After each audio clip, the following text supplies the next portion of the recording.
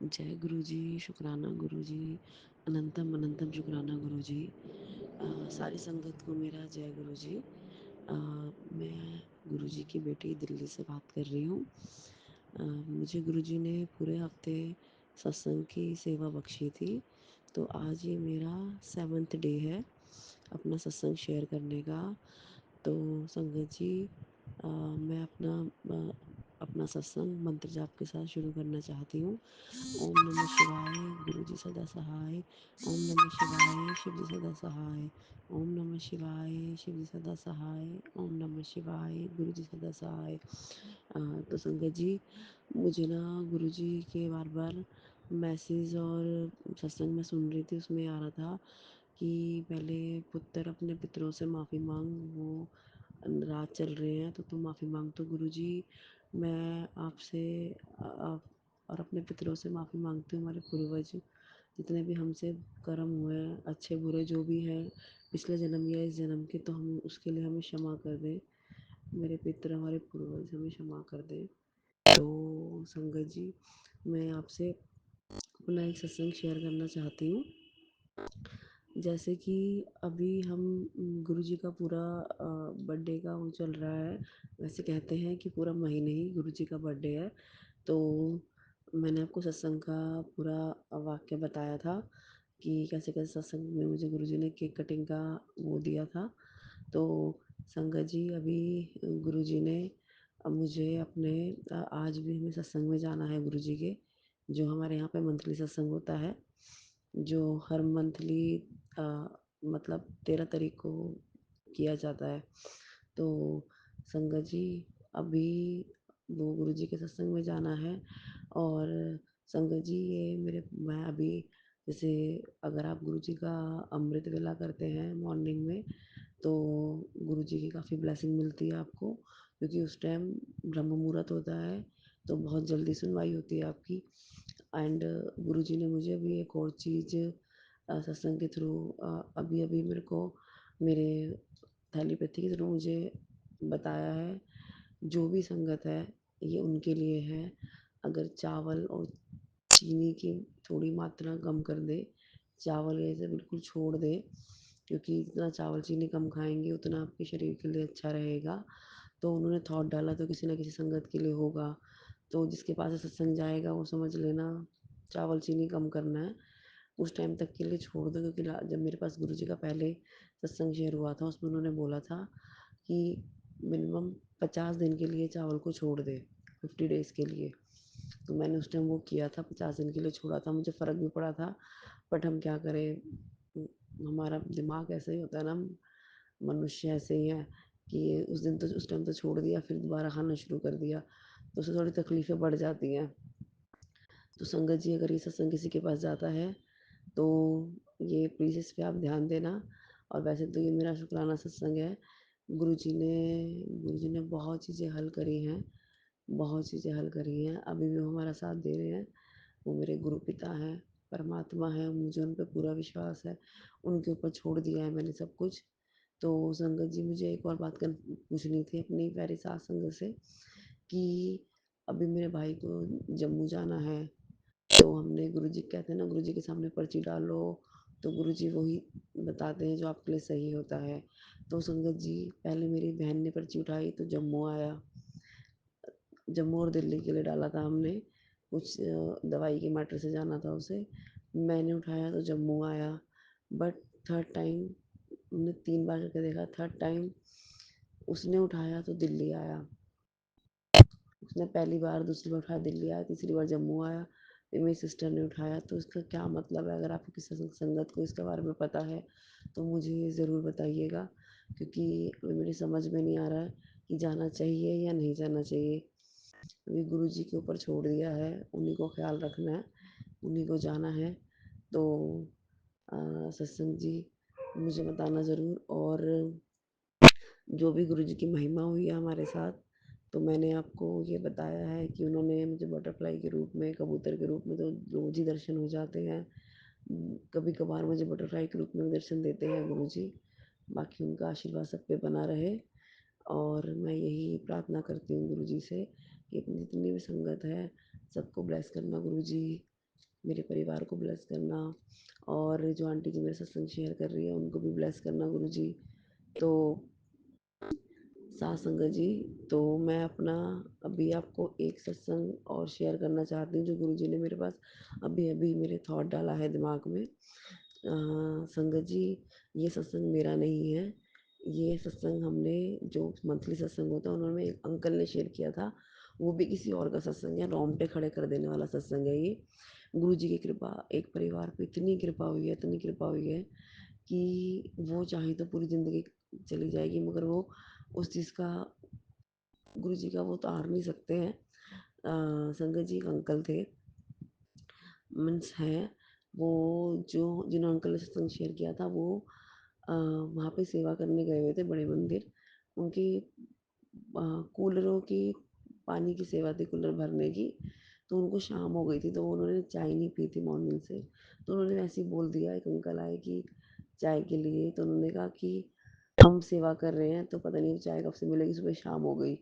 तो उन अंकल ने बोला आपको ऐसा नहीं बोलना चाहिए, गुरुजी ने आपसे सेवा करवाई है तो गुरुजी ही आपको मतलब जो भी अगर चाय की जो भी इच्छा होगी गुरुजी प्रोवाइड करेंगे।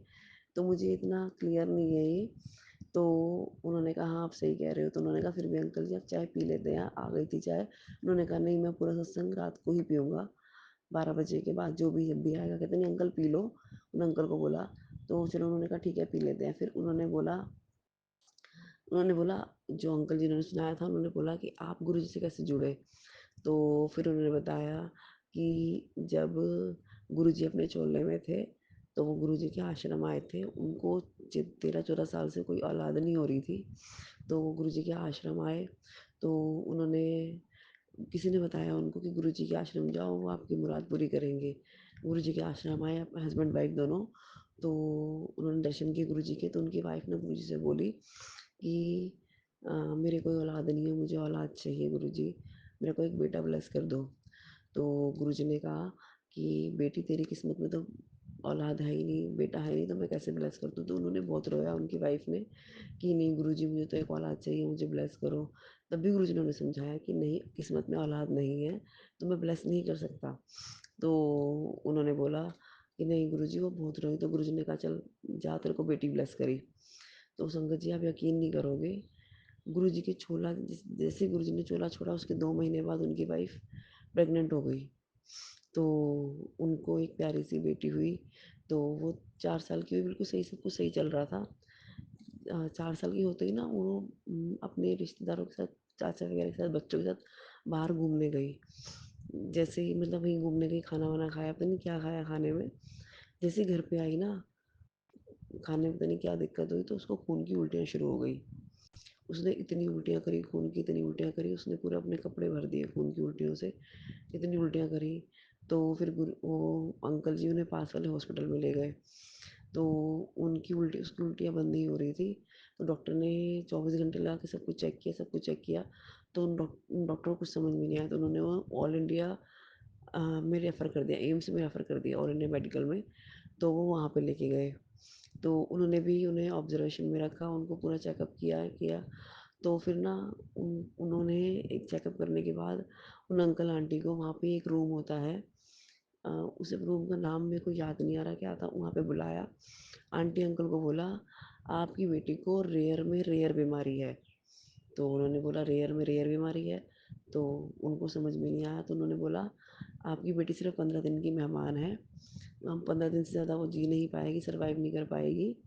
तो अब देख लो अब आपको क्या करना है। तो उन्होंने कहा ठीक है कोई बात नहीं, आप इलाज करो। जैसे उन्हें पता चला वो रोने लगे, बहुत रोए। वो गुरुजी के आश्रम गए, तो उन्होंने गुरुजी को बोला गुरुजी आप ऐसा नहीं कर सकते, ये बेटी आपने ही ब्लेस करी है, आप ही की बेटी है, आपने दी है तो अब दोबारा वैसे ले नहीं सकते हो। तो उन्होंने फिर ब्लेसिंग करते रहे, गुरुजी के आश्रम जाते रहे, बेटी के पास आते रहे। अब जिस दिन लास्ट डे 15वां दिन था ना, वैसे तो उन्होंने अपनी मम्मी को वहाँ बिठा दिया कि हम जा रहे हैं गुरुजी के आश्रम, अब जो भी होता है हमें बता देना, गुरुजी पे पूरा विश्वास है, कुछ नहीं होगा। तो वो गुरुजी के आश्रम चले गए, वहाँ पे प्रार्थना करने लगे। तो उनकी ना फ़ोन की घंटी बजी, उनको डर लगे उठाने में कि कोई बुरी खबर ना हो, बुरी खबर ना हो। तो उन्होंने उठाया तो उनकी मम्मी ने बोला बेटा गुड़िया नहीं रही। तो वो तो उनके तो हाथ पैर दोनों काँपने लगे, रोने लगे दोनों हस्बैंड वाइफ। फटाफट गए हॉस्पिटल। वहाँ से अपनी बेटी को देखा, उसमें वाइट कपड़ा डाल रहे थे। तो गुरुजी उन्होंने ना वहाँ पे उन्होंने उनको इतना विश्वास था गुरुजी के आश्रम में। तो जब वहाँ से वो निकले तो उन्होंने कहा नहीं हमारी बेटी सही है, हम जाके पहले उसे देखते हैं। रोहिणी तो वहाँ से पहुंचे हॉस्पिटल। हॉस्पिटल में अपनी बेटी को देखा, उसको कंधे पे डाला और जो सफ़ेद कपड़ा था उसे थोड़ा साइड कर दिया। जैसे ही बाहर निकले, डॉक्टर नहीं थे वहाँ पे, कोई नहीं था। जैसे ही बाहर निकले तो उन्होंने, किसी ने देखा और उन्होंने पूछा होगा, किसी कोई मिल गया उनको, पता नहीं कंपाउंडर था या कोई पर्सन था। तो वो बिटिया को क्या हुआ, ठीक है? अब उन्होंने कहा हाँ पहले से ठीक है, हम इसे डॉक्टर ने कहा है लेके जाओ कोई बाहर।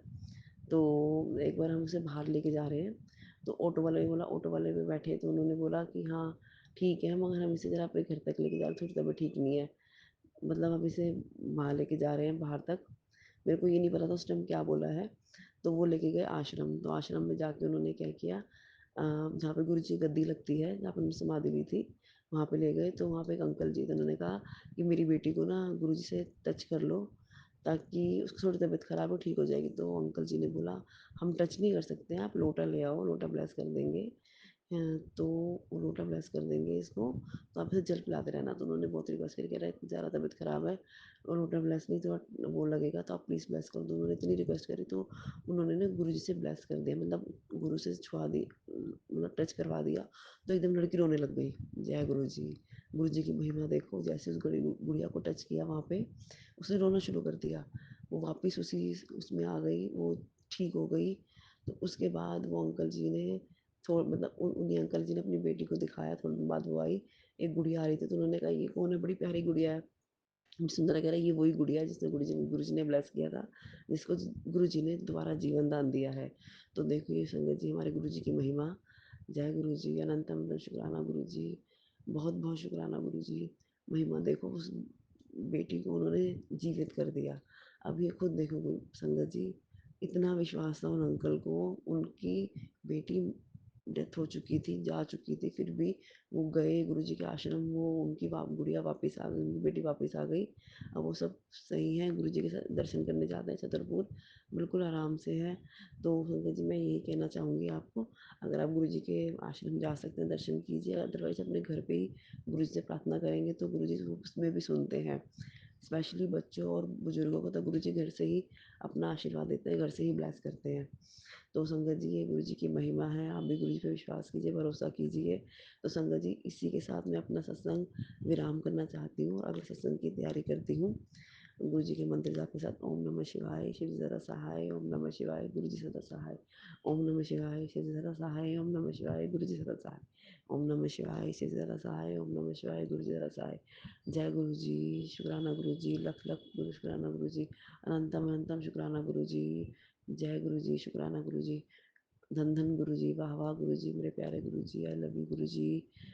सॉरी गुरु जी, कोई भूल चूक होगी तो उसे माफ़ कर देना। सॉरी संगत जी, अगर मुझसे सत्संग सुनाने में या सत्संग को शेयर करने में कोई भूल चूक होगी तो उसे माफ़ कर देना गुरुबा।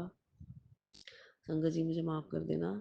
एंड गुरु जी, इस सत्संग के लिए जो मेरा सत्संग शेयर कर रहे हैं उनको भी ब्लेस करना। जय गुरु जी, शुक्राना गुरु जी, ओम नमः शिवाय, शिव जरा सहाय, ओम नमः शिवाय, गुरु जी जरा सहाय, ओम नमः शिवाय, शिव जरा सहाय, ओम नमः शिवाय, गुरु जी जरा सहाय।